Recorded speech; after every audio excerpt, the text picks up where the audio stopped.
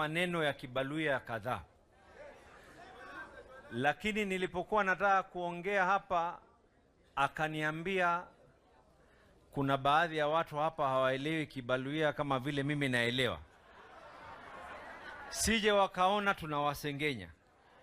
Na chama chetu cha ODM ni mambo ambayo hatuongei nyuma ya pazia. Tunaweka wazi, sambamba, kila moja asikie. Yule anapenda ayachukue kama dawa, yule hayapendi akatafute dawa ya kienyeji atumie. Ama namna gani? Mimi nataka kuwapeleka kidogo kwa historia.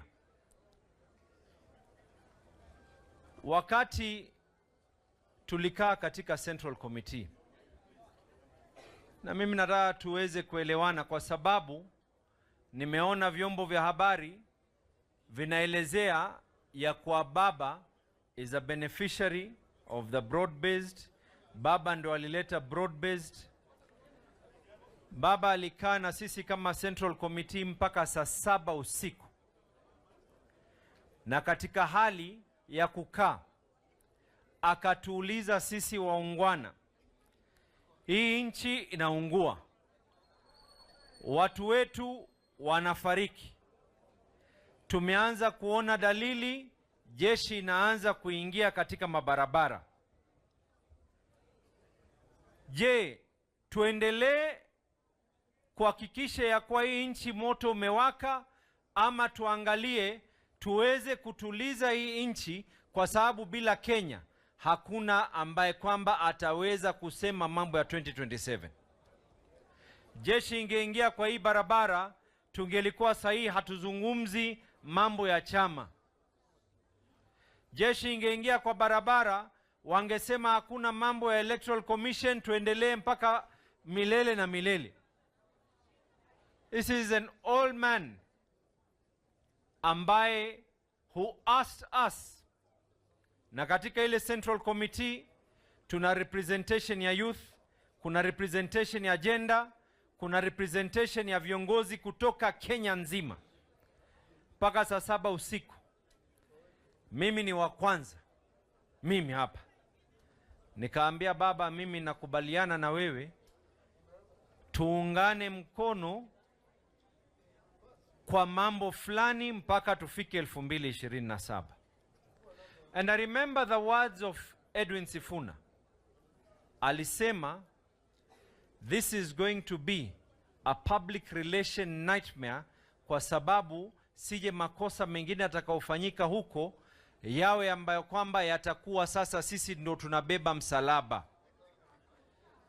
Kwa hivyo tukiwa tunaongea makosa yale yanafanyika, haimaanishi ya kuwa hatutaki amani Kenya. Tukiongea makosa ambayo kwamba yanafanyika, tunataka hii Kenya iende mbele. Mimi leo I want to give a classic example. Jana katika bunge, my former chair, ambaye kwamba ni cabinet secretary wa finance treasury, anasema ya kwa it has been a long dream for free education in this country.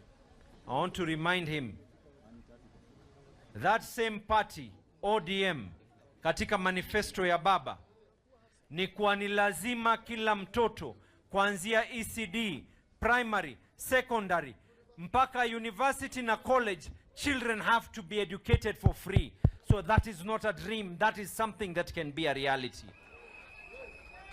Lakini kama ni mambo ya mwongozo wa nchi, this is a social democratic party and we will not let go of our ideals. And our ideals are to stay true to the people of this country.